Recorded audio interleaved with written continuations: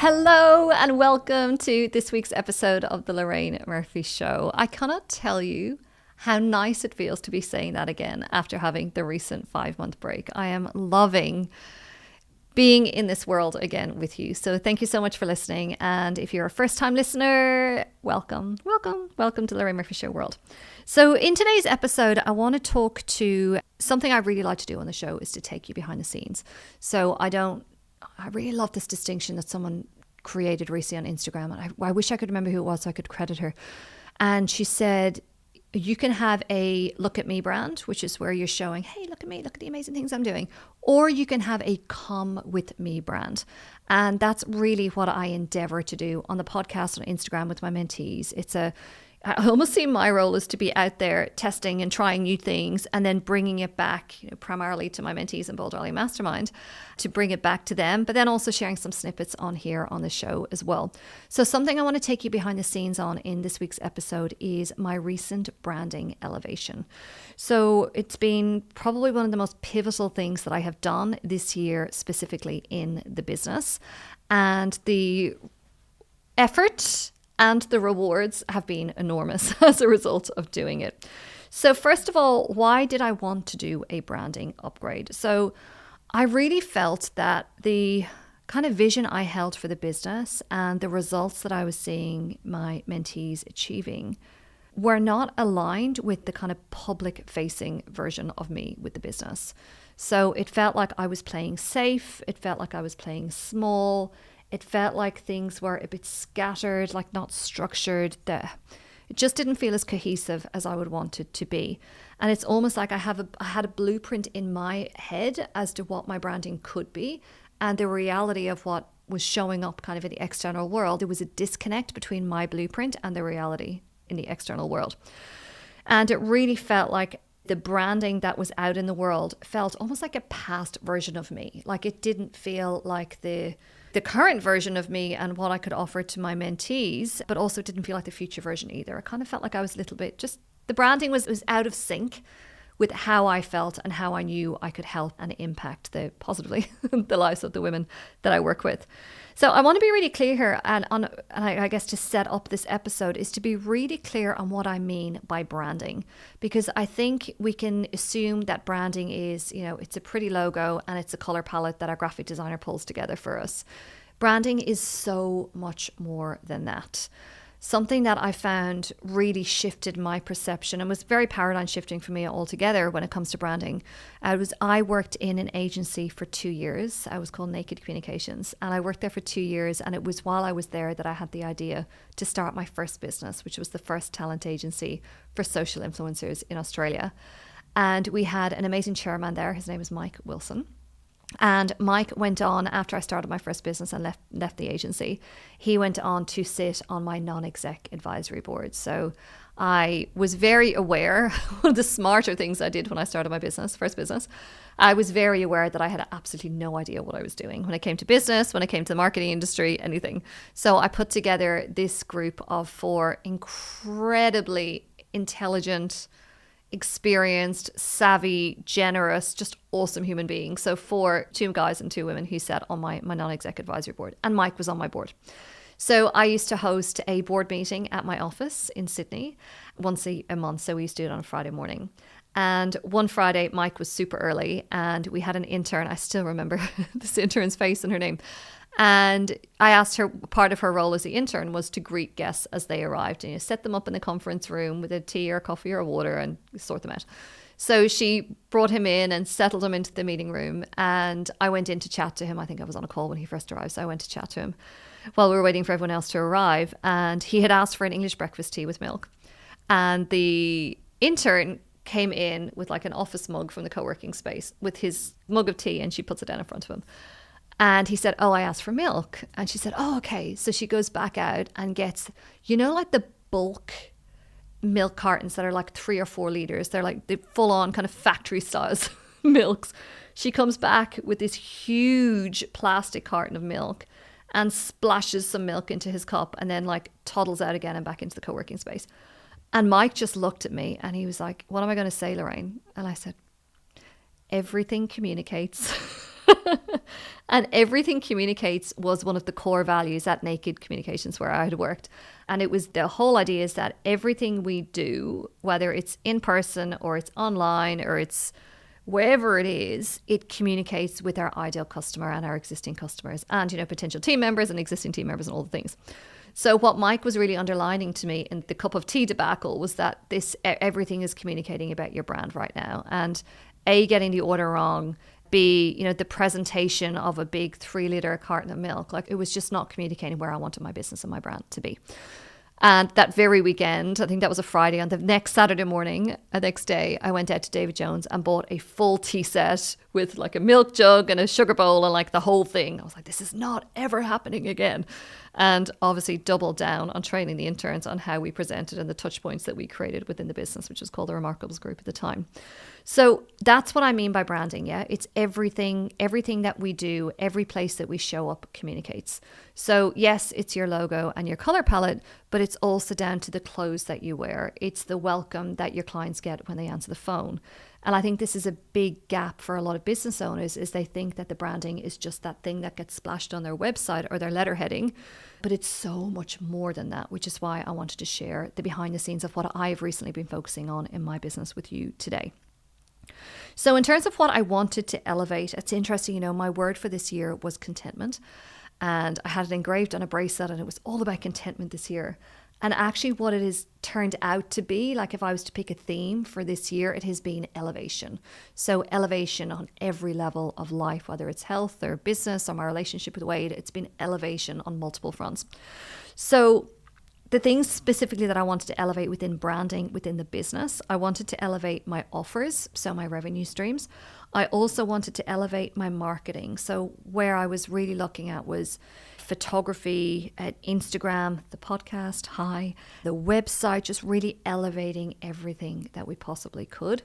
And the third thing that I wanted to elevate was the user experience. So whether that is someone moving through at a download within my business, or it was the in-person hosting experience that I have with my one-on-one mentees, or group sessions in person with my Bold Darling group as well. So they were the things that I was really honed in on. They were the things that I really wanted to really shift to that next level. And as I said, the reason I wanted to do this was that I felt like what was currently being presented in a public forum was not aligned with what I knew my potential and the business's potential was. Hence the shift up for everything. So I'm going to step through each of those different areas. So the offers, the marketing, and the user experience, particularly the in-person user experience. So in terms of the offers, so as I've already mentioned, I have been in a 6-month private one-on-one container with a business coach who I've admired for a very long time. And that has really helped with clarifying my offers, because what I've really enjoyed about that is my default each year is to, okay, what are the new things I'm going to do this year? And what I did, I was good this year. I said, I'm going to take one thing. So just one thing I'm going to keep doing all the things that I know work really well. And there's going to be one new sexy thing that I'm going to bring in this year. And that turned out to be my Success Without Sacrifice event. So the coaching has really helped me with finding that clarity on who I am, and also who I am here to serve and who I'm here to mentor. And it's become very, very clear to me that my ideal mentee is someone who is aiming to hit 7 figures revenue in her business and not sacrifice herself in the process. So she wants to have that awesome revenue. She wants to have the team support. And she also wants to have a really lit up relationship with her partner if she has one. She wants to have really deep, meaningful connection with her kids if she has them. She wants to be healthy. She wants to be vibrant. She wants to be energized. She does not want to be resentful, overwhelmed, stressed, exhausted, burnt out adjacent, all the things. So that's my lady. And really thinking about evaluating my offers and reorientating where necessary some offers towards her, more specifically towards her. So something that was really powerful was consolidating my existing offers. So as an example, right, I had this Success Without Sacrifice event that I hosted in August. And as I said, this was like my big sexy thing for 2025. It was the new thing that I was going to sink a lot of creative energy into. And initially when I had planned that out, I was thinking it's going to be a 2-day conference. I'm going to have like 20 different speakers. We're going to have sponsors. It's going to be huge. And I was really excited about that vision. Like it was very giddy inducing for me. And then when I was chatting to my coach about it, we were unpacking the why I was doing this and all the things. And actually what made a lot more sense for me to do was to have a really beautiful, high vibe, 1-day event with just me as the guide and create a really luxe experience for every woman who walked across the threshold to that event. So really, I guess in terms of my offers, it was about keeping it simple, but not losing any of that potency. So almost like the potency is in the simplicity. That was really, really helpful. And it's been really interesting for me because there's a saying in the coaching world that the transformation is in the transaction. And the whole idea is that once you commit to the coaching, and I see women do this in my world, when they sign up for Bold Darling and they're so excited and so motivated and they just grip things up in their business with such a full heart and full energy and they're so ready to make it happen. And it's interesting seeing that, experiencing that from my own perspective when I committed to working with a coach. And it was almost as soon as I made that decision to work with her, it instantly elevated my energy first and foremost and my belief in my own potential. And then that elevation then carried through to my offers as well. So there's been a lot of simplifying. There's been a couple of things that I have parked altogether, extra kind of mini sexy things that ultimately weren't going to marry up, and they weren't marrying up to have a major impact anyway. And then really doubling down on the containers that I already have, like Bold Darling with my Magnificence program, which is my top tier mentoring program, like really doubling down on them and making them an incredible experience for the women who are part of those as well. So the offers have felt probably, if you're not in my world in terms of within some of those containers, it may not be as apparent, but there's been some big shifts behind the scenes in terms of the revenue streams and the offers that we are putting out there as a team. The second area, and this is probably the biggest area that I saw that elevation happening when it comes to branding, was my marketing. So I've got lots of great photography. I've got a couple of amazing photographers that I work with, and I do a good shoot. Like I put a lot of effort into my shoots and we get really, really great shots back as a result.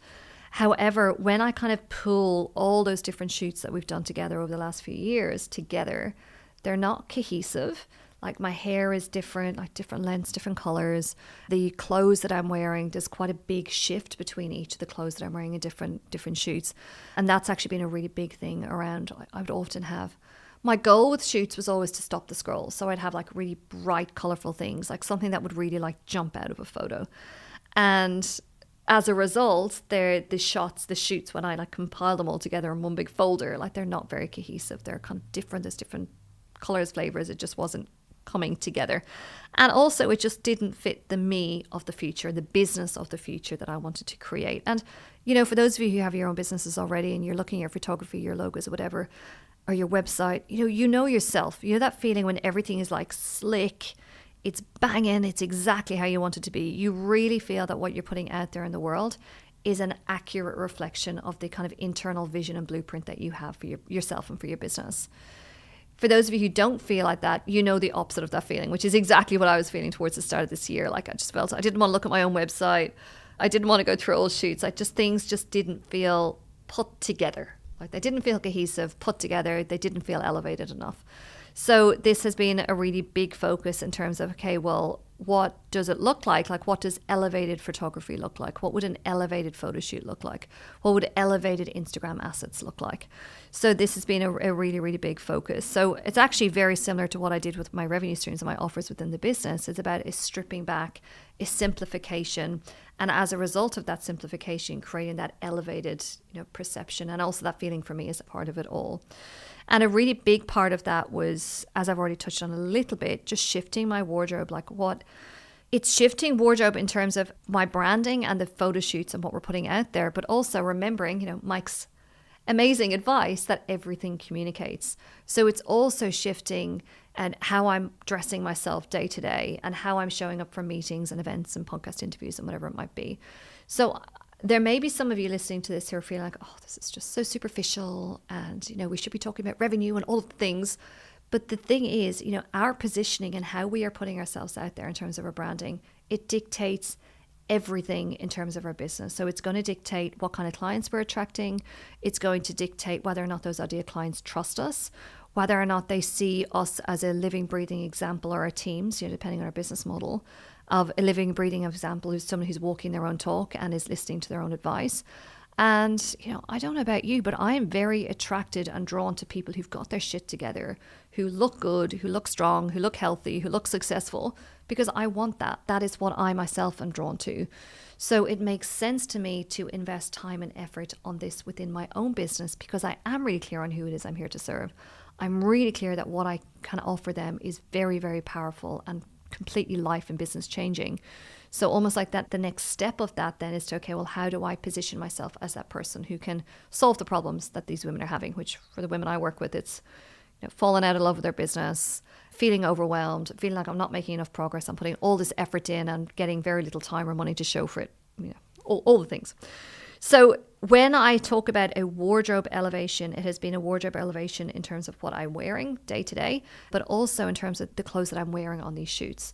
So there's been a very big shift from bright, garish, look at me colors to, I call it quiet luxury. So there's a lot of black, a lot of white, creams, golds, neutrals, and a lot of texture, if that makes sense. So rather than having like a really bright colored linen dress, like having much more texture and much more structure in the clothes that I'm wearing as well. So I've actually had a lot of mentees ask about this in terms of how I've restructured my wardrobe. So if that is something you would like me to do a separate episode on, I'm so happy to do that. Just let me know. Just jump over to Insta at Lorraine Murphy Mentor and let me know. And I'm obviously happy to do that. So I guess then in terms of that elevation that we're talking about in terms of clothing and branding and offers and all the things, that then needs to extend through to Instagram. And how do we really live and breathe that on Instagram as an example of that, as I said, that more elevated positioning of branding that I was seeking. So what that looked like was, and we've got the most incredible graphic designer, Stacey does an amazing job, but it was very interesting, having the last couple of shoots that I have done, which were, as I said, much more pared back luxury. Yeah, just like a quieter confidence, I think, in those shoots. And then having those shots that then Stacey, almost like that's the raw material that we can feed through to Stacey. And that has had such an amazing halo effect on all of the graphics that she has come up with. So for example, the hero images for my Success Without Sacrifice event, the hero image for the new show podcast, the new podcast artwork, all of that is just so much more elevated because that raw material of a photo shoot was so strong. And I really want to say this to you, and it's something that I do nudge a lot, particularly my Bold Darling members actually. If you are currently sitting in a space where you haven't done new shots of yourself or of your team for the last 5, maybe even 10 years, can I please invite you to get a shoot in the diary? I know that for so many people, they're not comfortable, they're not fun, they're a shit ton of effort. Maybe you don't know where to start in terms of photographer or studio or hair and makeup or all the things. Can I please invite you, please get a shoot in the diary? Because as I said, that is the raw material that feeds everything then in terms of your branding.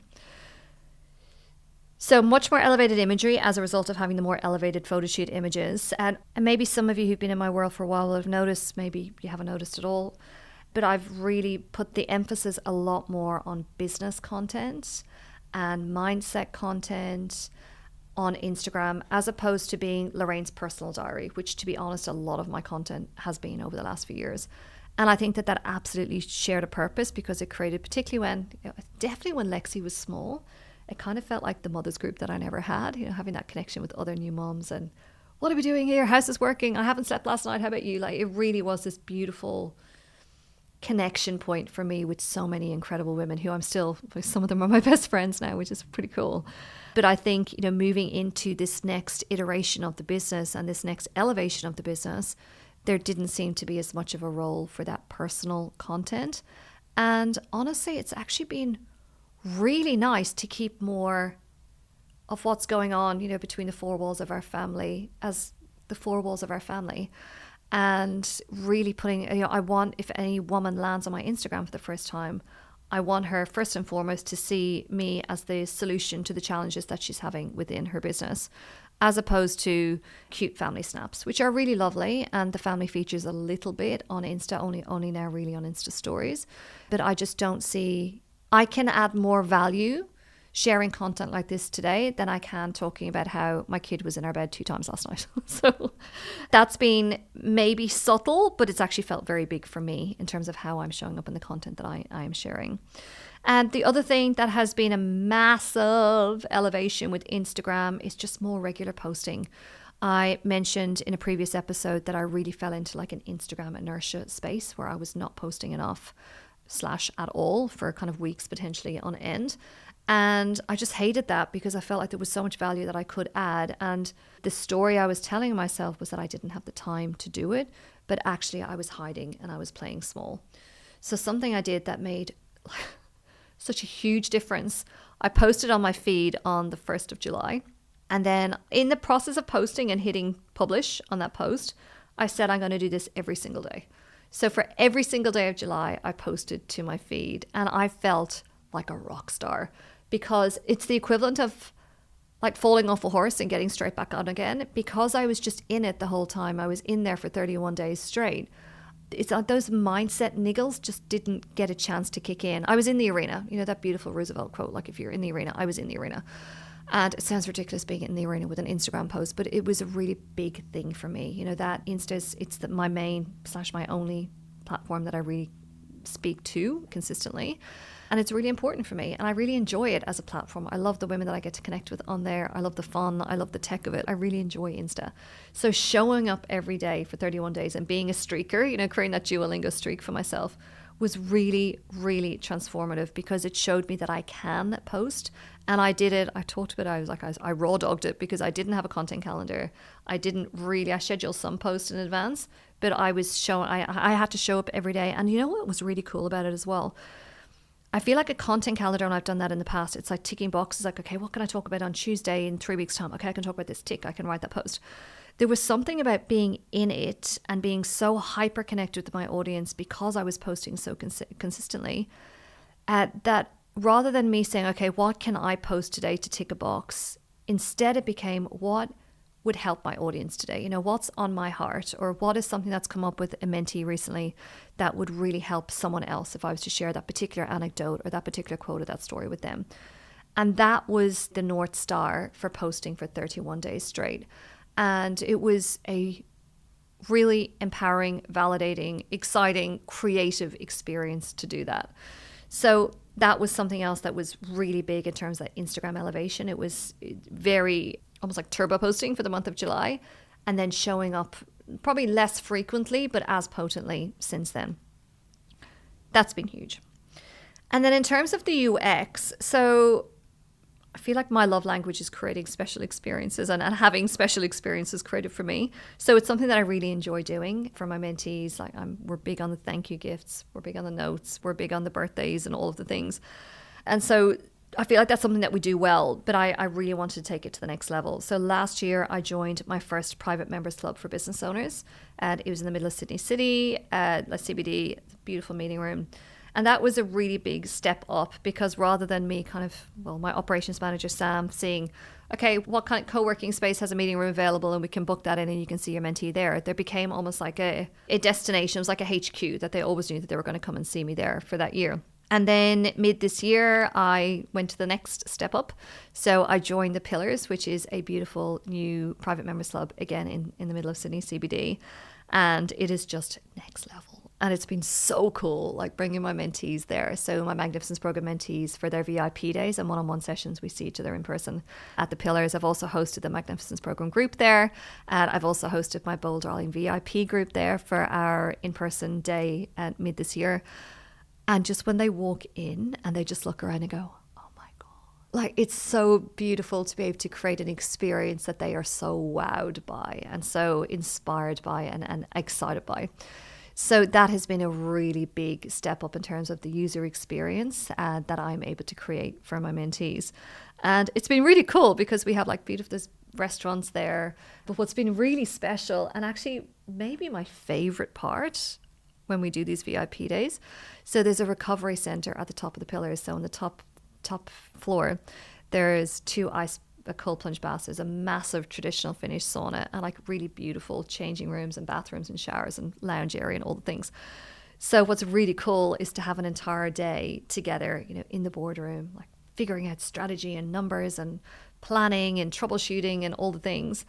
And then to switch modes completely and hop in the sauna together and just have these really lovely soul chats.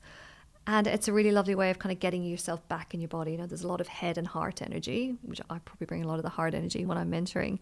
So we're in our heads a lot, we're in our hearts a lot, but then just to really drop into our bodies and it's that kind of feeling. It's so special. I love it. So I'm really enjoying creating that experience for them. One of my mentees, Liz, she's in my Magnificence program, and we've been working together for 5 years now. And I said, she came to the pillars for the first time and she was like, this is amazing. This is so elevated. And I said, I'm so happy you said that, because elevated it's turned into my new word for the year. It's replaced contentment. I said, I'm so happy you said that, because that's what elevated is my thing right now. And she said, yeah, she's like, I'm in your world and I'm watching what you're doing. And she said, everything has felt so elevated in the last 3-4 months that you have been creating. And when she said that, obviously I was so thrilled that she felt that, because she's experiencing the benefit of that elevation. But also it kind of comes full circle back to what the brilliant Mike Wilson said to me that day about everything communicating. And I love that, she's in my world and she's experiencing that, everything to her is communicating a fresh energy, an elevated energy, because that says to her is that she's really valued, she's really special, and she is someone that I'm heavily invested in. So that UX and taking that to the next level has been, really fun. Getting to share that with others has been really, really fun and really special. So that is, there's so much more I could probably share with you on this whole journey, particularly around the mindset of it, but we'll probably save that for another day. So I really hope that what I've shared has helped you with maybe spark some ideas, spark some thoughts for you in terms of, first of all, I guess step one, evaluating your own branding and where you feel it's at in terms of the different touch points, but also where are the opportunities for you to elevate within your branding? So is it your photo shoots? Is it the user experience? Is it your website? Is it your logo? Where is it that you could really kind of elevate that? And I really do want to say that it can feel like a super overwhelming area, because you kind of go, oh, it's not just my logo, I've got to sort of this, and then I've got to say this, and I've got to say this. So I just want to say, if you're feeling that, I want to say, I see you, I hear you, I see you and hear you. And it's really easy, like so fucking easy to fall into inertia with this space. And I've had mentees who've been sitting on their website for years. They've been sitting on the same headshots for years. So it requires some coaching and some, nudging from me to get them to a point where it's on their quarterly plan. The website's on the quarterly plan. They make it happen. And just that sense of lightness and release and positivity and optimism and excitement for their future and their business's future, when that task is finally done, it is so cool to see. One of our Bold Darling members had sat on her website for 5 years, and then she stepped into Bold Darling last year, and she got the website done within 6 months, and she just feels like a rock star as a result of having that done. So I do just want to say to you, if what I'm sharing with you today just feels like it's a bit close to the bone, like I'm already in overwhelm, this is just stressing me out even more, I really want to say to you, just take one thing from this episode. What is one thing that's going to make that shift for you? What's that one thing that's going to shift that needle from like blah to, oh, I'm kind of marginally starting to get more excited about how we're showing up in the world as a business. So think about it, is it booking in a branding shoot? Is it doing a bit of an audit of your wardrobe? And is it doing a graphics upgrade? Is it adding just one thoughtful touch to your regular meetings? It's just like habits again. I feel like I talk about this so much. I've already talked about it so much on the show this season alone. It's just like habits, those positive improvements, you layer, and then they start to compound on each other as well. So thank you so much for joining this week's episode. A quick reminder, if you haven't already, it would mean the world if you can, just right wherever you are right now listening to the show, whatever app you're listening to it on, to hit subscribe, because it just means that more women are going to find the show, more amazing women just like you. And I would also love to hear on Insta, so at Lorraine Murphy Mentor on Insta, what your biggest takeaway was. And also if you've got any special requests for upcoming episodes, whether it's topics, questions you want me to speak to, or if there's special guests that you would like me to get on the show as well. And of course, if something in this episode really resonated, would love you to share with your team, share with a friend, just share the love and get even more women and involved in this awesome community that we have on here as part of the Lorraine Murphy Show. So thank you so much again for joining this week's episode, and I will chat to you again next Friday.